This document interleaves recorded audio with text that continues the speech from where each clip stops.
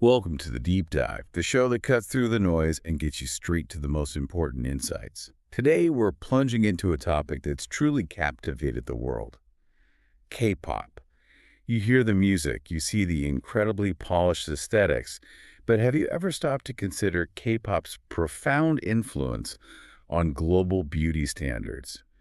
And specifically, South Korea's booming plastic surgery industry. We're going to unpack this fascinating and, yeah, complex relationship, really digging into how a global music phenomenon sort of intertwines with this unique cultural focus on appearance. That's right. Our mission today is, well, to explore why South Korea has become the undisputed global capital for cosmetic procedures. We'll dive deep into the specific beauty ideals that dominate, examine the intense societal pressures, the ones that fuel this trend, and look at the cutting edge medical innovations that really define it all. And we've pulled from quite a stack of sources for this, everything from medical blogs, research papers, to these wide-ranging public discussions online. So let's get started. Okay, when you first start looking into this, the statistics are truly eye-opening. I mean, The Economist reports South Korea has the highest rate of plastic surgeries per capita in the world. We're talking as many as 1 in 5 women undergoing a surgical cosmetic procedure. When you hear a number like that, what's the immediate thought that comes to mind for you? It's astonishing, isn't it? To put it into even more context, South Korea performs something like 13.5 cosmetic procedures per 1,000 people. That's incredible. And it's not just their own citizens. Medical tourism plays a massive role. In 2024 alone, you had 1.17 million international patients flocking to Seoul, and plastic surgery. That accounted for a staggering 16.8% of all medical procedures for these foreign patients. 16.8%. Wow. And if you've ever heard the side song Gangnam Style, you might already know about Seoul's famous beauty belt in Gangnam. It's a suburb that is just absolutely saturated with plastic surgery clinics. One source we looked at notes there are around 400 to 500 clinics in a single square mile. Just imagine that density. What's really compelling here, though, is the sheer cultural acceptance. That's what fuels this prevalence. These treatments, they're not really viewed as something to hide. They're widely considered a form of self-improvement, much like, going to the gym might be in America. Actually, get this. 1 in 3 Korean women aged 19 to 29 have had some form of cosmetic enhancement. It's just that common. 1 in 3. That's an astonishing number. Yeah. What do you think is the deepest root of that cultural acceptance? Is it purely aspirational, or are there deeper societal pressures at play? Like, is there a point where self-improvement becomes societal pressure?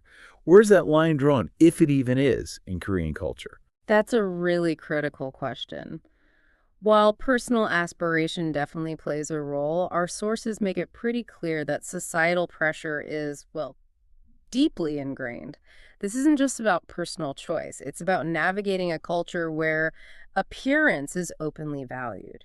You see it in social interactions, even professional opportunities. The line often blurs, yeah, because these improvements can become almost like a prerequisite for certain pathways, especially in really competitive fields. Okay, so when you look at the sheer volume of procedures, it's clear there's a specific aesthetic kind of guiding all of this. What exactly are these Korean beauty standards driving the industry? Right. Well, for women, the ideal is often described as this innocent and feminine look. It's characterized by a small V-shaped face, large eyes, very pale, clear skin, and a slim body. For men, the standards traditionally lean towards being tall, having pale skin, and a clean-shaven face. Often, a more androgynous or skinny appearance.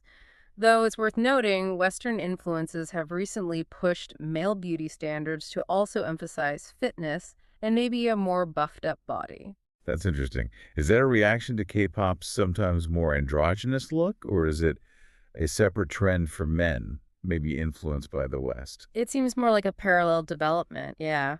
Heavily influenced by global media, fitness trends. While K-pop initially emphasized that softer look for male idols, the general male beauty ideal in society has seen a shift towards a more athletic physique. It mirrors global trends, but still keeps that importance on pale skin, clean-cut features. What's quite surprising, though, is how these broader ideals sometimes seem to be aiming to make K-pop idols look almost like cartoon or anime characters. Some idols look remarkably similar to anime characters in real life. Okay, this is where the whole K-pop phenomenon really intersects with this cultural trend. How do these groups, actually contribute to the growing popularity of these specific beauty standards?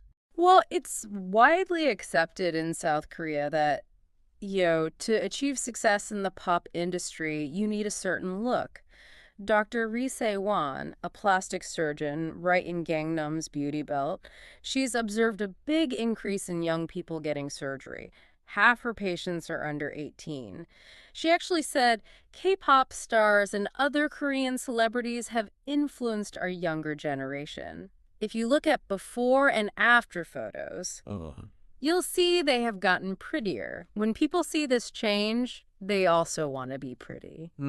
But, and this is crucial, while K-pop definitely amplifies these ideals, its connection to beauty standards is more a result than the root cause. It comes from a broader societal focus on appearance. I mean, this emphasis is so ingrained that even non-entertainment job applications in South Korea often require you to submit a headshot with your resume. Right, the headshot requirement really highlights that. So given these specific ideals, what are the most common procedures, the ones that really define this Korean beauty aesthetic? Okay, number one is probably double eyelid surgery or blepharoplasty. It's the most requested Korean face surgery. Creates that natural-looking eyelid crease. Interestingly, it became popular in Asia way back during the Korean War. An American military plastic surgeon, Dr. D. Ralph Millard, developed it for Korean war brides.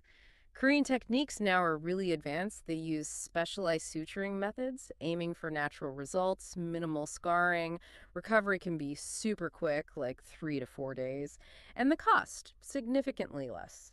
Maybe 40 to 60% cheaper than in Western countries, starting around, say, $1,500 to $3,000. Then you've got rhinoplasty, the Korean nose job. But it's not usually about creating a Western nose. It's more about enhancing natural features, maintaining ethnic characteristics, and facial contouring surgery, particularly V-line jaw reduction. That's what creates that slim, defined jawline so synonymous with the beauty standards. Now, it's important to point out V-line surgery is considered one of the most dangerous procedures. It involves shaving and sometimes breaking the jawbone to get that V shape. So there are real risks like nerve damage or jaw asymmetry. Other contouring includes things like cheekbone reduction and chin augmentation. Yeah, shaving the jawbone. That sounds incredibly invasive. What's the general perception of such a drastic procedure in Korea? Is it openly discussed or seen as more of a last resort? It's definitely seen as more significant than, say, eyelid surgery, but it's not hidden. The risks are generally known, yes. But the outcome, achieving that highly desired V-line jaw, is viewed as such a powerful transformation by many. So for them, it's often a calculated risk for what they see as a major boost to their appearance, and maybe even their social or professional prospects. It's openly discussed, clinics advertise it widely. And finally, skin whitening or bleaching is also quite prevalent. That milky white skin tone is seen as a sign of wealth and beauty. This leads to practices like skin bleaching, which can sometimes involve dangerous products containing mercury. And yeah, it's common for K-pop idols to be whitewashed in photos to make their skin look lighter. So we've seen this incredible range of procedures, all aiming for a very specific look, but this obviously raises a critical question. What are the potential downsides, the harmful effects of these strict beauty standards? Yeah, the negative impacts are significant. K-pop fans, especially younger ones, might develop unhealthy, altered perspectives on body image, feeling insecure if they don't look like their idols, or even trying to change how they look. And for the idols themselves, the pressure to be slim can lead to extreme dieting, really dangerous outcomes, poor health, depression, eating disorders. Ho Ryong from the group Great Guys was quite candid, saying they don't have much time for eating and aren't free to eat what they want. And there was a 2017 study that reported weight concern as a main cause for depression in South Korea. Those stories are just, yeah, heartbreaking. A very sobering reminder of the immense pressures behind all the glamour. And the consequences can be truly tragic. Some idols, like FX Sally and Chinese Zhong Yun, they reportedly committed suicide in their mid-20s after battling depression linked to the idol lifestyle. Amber Liu, also from FX, put it quite powerfully. She said being an idol is fun at first, but later the loneliness and all that stuff settles in. One of our sources put it bluntly, calling these standards quite toxic, saying it's upsetting seeing idols feel the need to change their appearance to appeal to their fans, seeing it as a result of society's influence on deciding what's beautiful and what isn't. The pressures on idols and fans are clearly immense. But these intense beauty standards, they cast a long shadow, right? Permeating even the highest levels of society. To see this in action, let's look at a real-world example that sparked a lot of public discussion. The appearance of South Korean First Lady Kim Ki-on-hee at 51. Initial media reports kind of suggested her age-defying looks were down to less is more makeup, maybe non-invasive treatments, and a strict skincare routine. Right, but online discussions, particularly on places like Reddit, presented a very different public perception. Many commenters widely believed she'd had extensive plastic surgery. Based on public observation, the procedures people thought she had included things like fat transfer fillers. Some commenters called it hamster face or pillow face, noting unevenness. There's also talk about jawline shaving, V-line surgery, and cheekbone reduction. Some observers felt it looked unnatural or like a large portion of her jaw is missing. Other things commonly attributed to her by the public were Botox and fillers, contributing to what some called a puffy or frozen plastic look.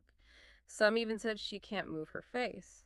Eyelid surgery, nose alterations, forehead alterations were also mentioned. Even observations about her hairline possibly being darkened, maybe hair or lash extensions. The general perception from these comments was often that her appearance looked plastic, maybe botched, unhuman, or had that uncanny valley effect. Almost human but unsettlingly artificial. Many argued she looked her age or even older. So it wasn't just about listing potential procedures, but how the overall effect was being perceived by the public. Exactly. Critics suggested her appearance seemed to be the result of drastic changes to fit a very specific beauty mold, not subtle enhancements. And they linked the ability to afford such continuous, extensive cosmetic work to wealth and maybe a life of leisure. Now, it's really important to stress again, these are attributed observations and public perceptions from the sources. They're not definitive medical facts about her history. But this public scrutiny of First Lady Kim Ki-on-hee really illustrates the relentless, often unforgiving nature of these beauty standards in South Korea, where even high-profile figures face intense debate over perceived changes, regardless of their actual choices. Okay, so beyond the cultural pressures, what makes South Korea truly a global leader in plastic surgery? What really sets their industry apart on a technical level? There are several key factors. First, innovation and advanced techniques. Korean surgeons are really known for pioneering less invasive methods. Things like the three-point subcutaneous tunneling method for double eyelids or small incision V-line surgery. They offer natural results with minimal recovery. They're also leaders in stem cell fat grafting. Secondly, technology integration is huge. Clinics are equipped with high-tech tools, 3D imaging and simulation for planning ahead. Robotic-assisted surgery, like the Da Vinci system, allows for incredible precision, minimal invasiveness, AI consultations for personalized options, even VR and AR for surgeon training. Third, you've got accredited clinics and highly certified surgeons. Many clinics serving international patients are certified by strict government programs like KAHF, ensuring high standards, and Korean plastic surgeons, they undergo rigorous training. 6 years of medical school, then 4 years of specialized residencies. A remarkable 2.6% of all doctors in South Korea specialize in plastic surgery. Compare that to just 0.7% in the US. Many hold memberships in top international societies too, underscoring their world-class qualifications. That level of service and technology sounds incredibly appealing, almost like a luxury experience. But are there any potential drawbacks or concerns with such a highly commercialized, patient-focused industry? Does it ever blur the lines between healthcare and, say, a high-end service? That's a perceptive question. Yes, the patient experience is often exceptional, but the commercialization aspect does mean some clinics can be very marketing driven. However, the government has stepped in there too. Which brings us to the fourth point. Safety and quality assurance are top priorities. The South Korean government has implemented strict regulations. Malpractice insurance is required. Transparency measures like cameras and operating rooms are now in place. While ghost surgeries, where maybe an unauthorized doctor steps in, were a concern in the past, stricter regulations have really reduced that risk significantly. Fifth factor, affordability and value. You get high quality procedures at competitive prices, often 40% to 75% less than the US or UK. That's mainly due to the sheer volume of clinics and the intense competition. For example, reconstructive rhinoplasty might be around $5,000 in South Korea versus $8,000 in the US, partly because they often use less invasive silicone implants. And finally, the patient experience and support services are just, well, unmatched. South Korea's medical tourism infrastructure is incredibly comprehensive. Clinics offer full packages for international patients. Airport transfers, accommodation help, translation services, detailed aftercare, even virtual follow-ups. We saw a testimonial from Sarah, a 28-year-old from California. She really appreciated her English-speaking coordinator, the 3D imaging beforehand, and even getting to explore Seoul during her recovery. So ultimately, South Korea's dominance isn't just about surgical skill. It's this fully integrated, culturally embraced system delivering top results and an unparalleled patient journey. Okay, so with all this information laid out, what are some common misconceptions about plastic surgery in Korea that we can maybe clear up for people? Let's tackle a few. Myth number one. Plastic surgery in Korea is unsafe. Fact is, South Korea has some of the strictest medical regulations and accreditation standards globally. Government programs like KAHF ensure patient safety. Myth number two. Everyone ends up looking plastic or unnatural. Actually, the focus for South Korean surgeons is typically on subtle, natural enhancements tailored to the individual. Surveys show over 90% patient satisfaction with looking natural. And myth number three, it's only popular among young women. The reality. The industry serves a diverse range of patients, all ages, all genders. Recent data shows growing numbers of men and older adults seeking procedures, too. That really does clear up some common misunderstandings. It paints a much more nuanced picture for sure. And as we wrap up this deep dive, it leaves us with, well, a provocative thought. Yeah, to summarize, South Korea's beauty culture is this powerful, complex mix. On one hand, intense societal pressure for aesthetic perfection, heavily driven by K-pop and deep cultural values. On the other hand, you have groundbreaking medical innovation and this incredible patient care that's made it the world leader in plastic surgery. It's a real duality. So given this complex landscape, a question for you to think about is, Mm. how do these global beauty standards, amplified by K-pop and these cutting-edge procedures, reshape our own perceptions of beauty and self-worth, even far beyond the beauty belt of Gangnam?